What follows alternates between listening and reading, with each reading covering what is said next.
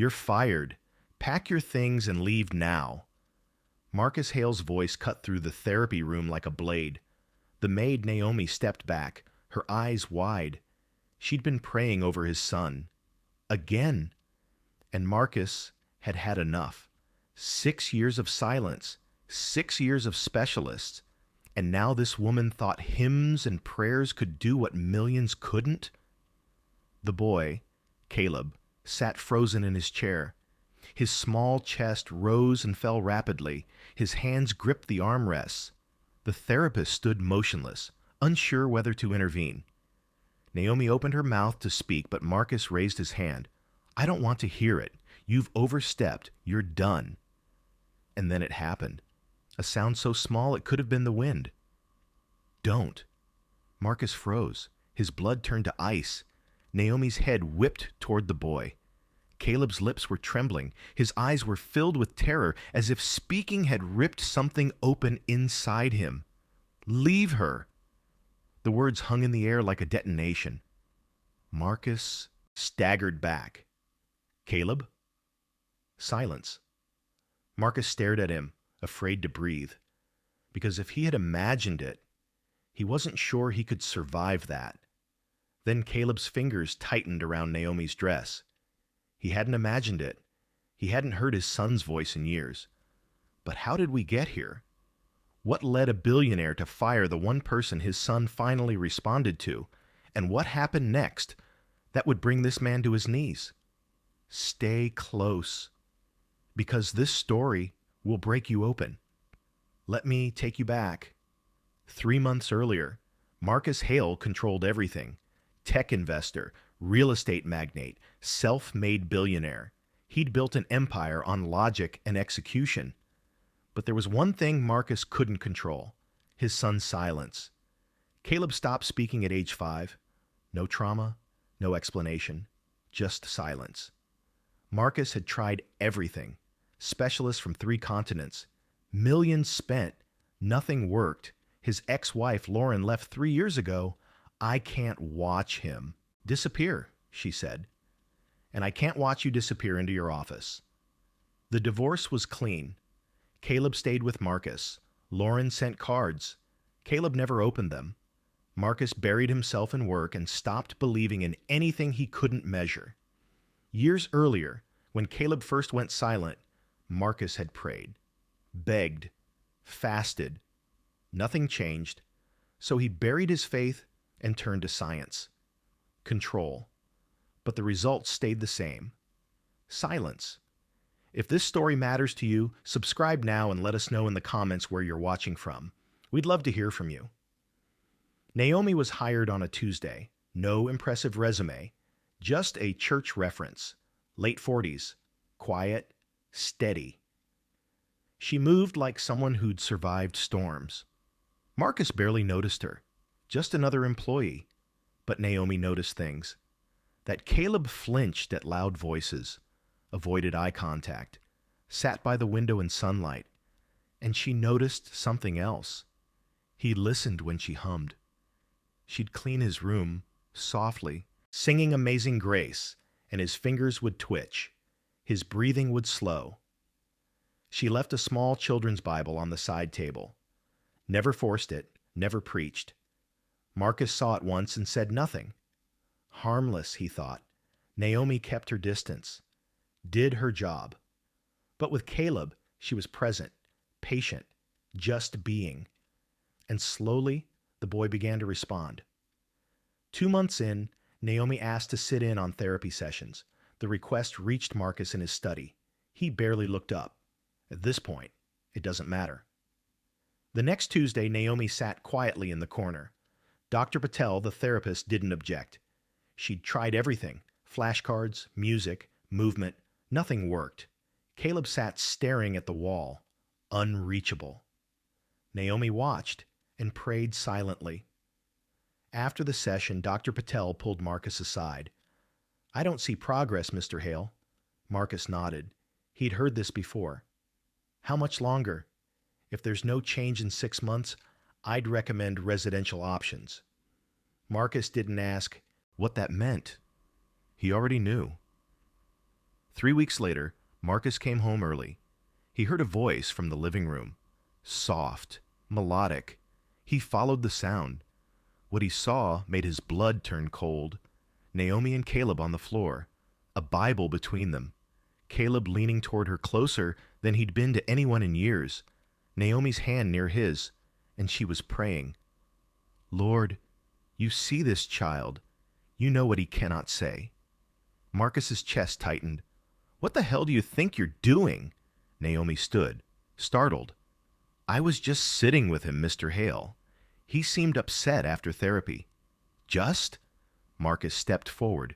You thought praying would fix this, that your superstition would do what science couldn't. Caleb's breathing quickened. His body began to shake. Naomi's voice stayed calm. I didn't mean any harm. I only wanted to comfort him. Comfort? Marcus's voice turned to ice. You're filling his head with false hope. I hired therapists, not preachers. Naomi's eyes filled with tears, but she held his gaze. Sometimes, Mr. Hale, what a child needs most isn't another expert. It's love. And the reminder that he's not forgotten. Marcus's jaw clenched. The audacity. You're done. Pack your things. You're fired. And that's when the room exploded. Don't. The word was so faint, Marcus thought he'd imagined it. But Naomi turned. Her hand flew to her mouth. Caleb's lips were trembling.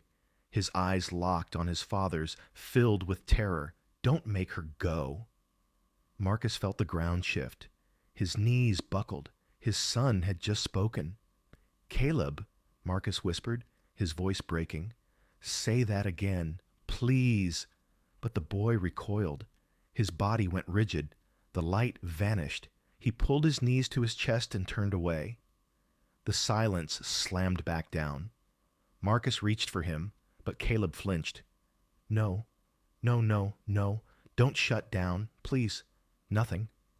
Dr. Patel stepped forward from the doorway. Mr. Hale, maybe we should give him space. Marcus spun toward Naomi, eyes wild. What did you do? What did you do to my son? Naomi's face was wet with tears. It wasn't me, Mr. Hale. It was God. Marcus's expression twisted. God. His voice turned venomous. Don't you dare tell me this was some miracle. This was coincidence, stress, a fluke. Naomi didn't argue. She just looked at him with something close to pity. Believe what you need to. But your son just spoke. And he spoke because he didn't want to lose the one person who made him feel safe. The words hit like a fist. Marcus turned away, hands shaking. Get out. Naomi nodded. She gathered her things and left without another word. The door closed. The house fell silent. Marcus stood alone, staring at his son's back. Caleb was curled in the chair, face hidden. Marcus wanted to reach out, but he couldn't move. Because deep down, he knew. He'd just made the biggest mistake of his life. That night, Marcus didn't sleep. He replayed the moment, the tremble in Caleb's voice, the fear in his eyes, the way he'd reached for Naomi like she was the only solid thing in the world. In one moment, a woman he'd dismissed had reached his son in ways he never could. Or had she? Maybe it was timing. Maybe Caleb was about to speak anyway. Maybe the prayer had nothing to do with it. But even as he thought it, he knew it was a lie. His son hadn't spoken to call for help. He'd spoken to protect someone, and that someone wasn't Marcus. Days passed. Naomi was gone. Caleb was worse. He stopped eating, stopped sitting by the window. Dr. Patel called, voice heavy. He's shutting down again, Mr. Hale. Whatever breakthrough we had, it's fading fast. Marcus hired a new housekeeper. Sandra. Efficient. Professional. She didn't hum, didn't pray. Caleb wouldn't even look at her. Marcus canceled meetings, sat with Caleb during sessions, but the boy's eyes were hollow, distant. One evening, Marcus found himself in the kitchen where Naomi used to work. He opened her drawer. Inside was a small, worn Bible, pages soft, marked with sticky notes. He flipped to 1. Psalm 46:10. Be still and know that I am God. Marcus stared at the words. His chest felt tight. He missed her calm, missed the hymn, missed hope. That night, Marcus got down on his knees. The floor was hard, cold. He didn't know what to say. I don't know if you're there, he whispered. I don't know if you care. But if you do, please, please help my son. The words felt hollow, but he said them anyway. When he stood, his knees ached. But something in his chest felt different. Not lighter, just less heavy. 2 weeks later, Marcus drove to the church listed in Naomi's file. He didn't tell anyone. The building was small, white brick, wooden cross above the door. He walked in. There she was, cleaning pews. She looked up, surprised. Mr. Hale. Marcus stood in the aisle. I came to ask you something. Naomi set down her cloth. What did you do to my son? She smiled gently.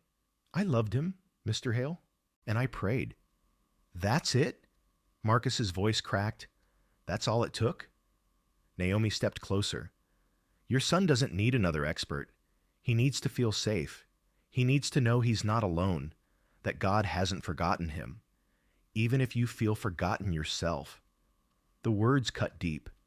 I prayed for years, Marcus said, voice raw. Nothing happened. Naomi nodded. Sometimes God waits until we stop trying to control the outcome, until we stop trying to be him. Silence hung between them. Then Naomi said, Bring him here. Marcus blinked. What? Bring Caleb. But this time, don't stand outside. Be present. Let go.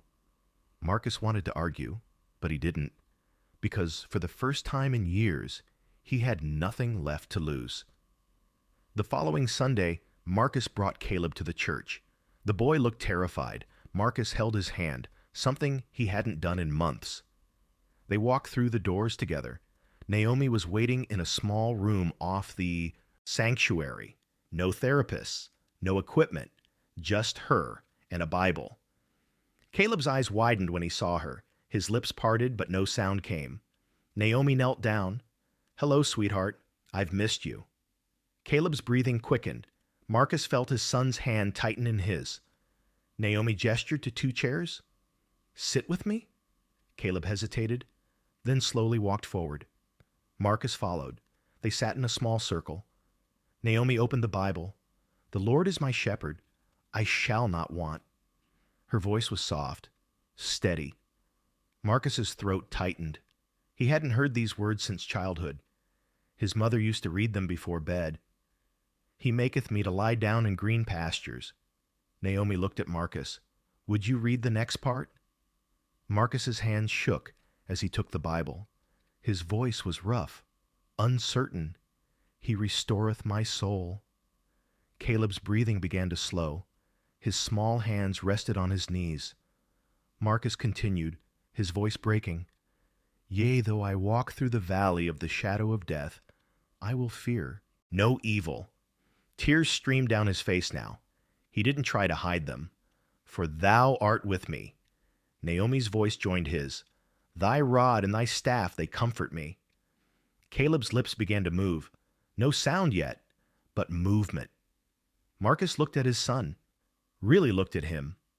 Not as a problem, not as something broken, just as his boy. I'm here, Marcus whispered, and I'm not leaving. I don't care how long it takes. I'm not leaving you. Caleb's lips trembled. His eyes met his father's. And then, so quietly it was almost nothing, he spoke. Dad. The word shattered the room. Marcus collapsed forward, pulling Caleb into his arms. The boy didn't pull away. He held on. And for the first time in 6 years, he cried. Not silent tears, but deep, wrenching sobs. Marcus held him, his own body shaking. I'm sorry, he whispered. I'm so sorry I wasn't here. I'm here now. I'm here. Naomi stepped back quietly. She wasn't the miracle. She was just the one who'd been willing to wait. And in that moment, Marcus finally understood. Silence didn't mean God was absent. It meant God was waiting for him to stop fighting and start listening.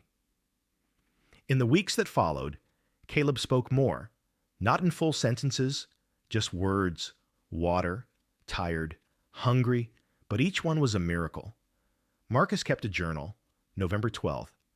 Caleb said please, November 18th. Caleb said thank you, November 23rd. Caleb said, I love you. Marcus wept when he wrote that. Dr. Patel was stunned. She'd never seen progress like this. Whatever you're doing, keep doing it. Marcus didn't tell her about the church, about Naomi, about the prayers. He just nodded. He asked Naomi to return, not as a housekeeper, as family. She smiled. I'll come, but not for money, for love. She visited 3 times a week. She and Caleb would sit together, reading, singing. She taught him hymns. Jesus loves me, this I know. Caleb's voice was small, but it was there. Marcus would stand in the hallway and listen, his heart fuller than it had been in years. He started attending church. At first, he felt out of place. But people welcomed him. No questions, no judgment, just presence. One Sunday, the pastor preached on the prodigal son. Marcus sat beside Caleb and felt every word. The father didn't wait for an apology. He ran. Marcus realized he'd spent years waiting for the right therapy, the right moment, but he'd never just run to his son. Never just said, I'm here and I love you. After the service, Marcus found Naomi folding chairs. You saved my son's life, he said. Naomi shook her head. No, Mr. Hale, God did. I just didn't get in the way.